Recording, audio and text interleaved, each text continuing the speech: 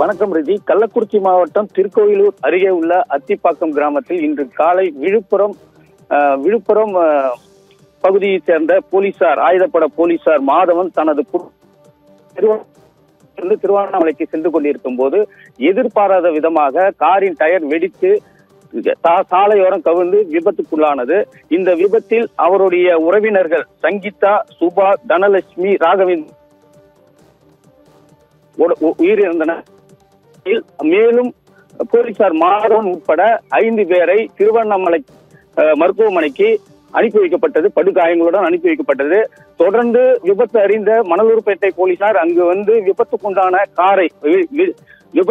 காரை அப்புறப்படுத்தி இது குறித்து வழக்கு விசாரணை மேற்கொண்டு வருகின்றனர். மேலும் ஒரே குடும்பத்தை சேர்ந்த 4 பேர் டயர் வெடித்து விபத்துக்குள்ளானதில் உயிரிழந்தது இப்பகுதியில் பெரும் பரபரப்பை ஏற்படுத்தியுள்ளது.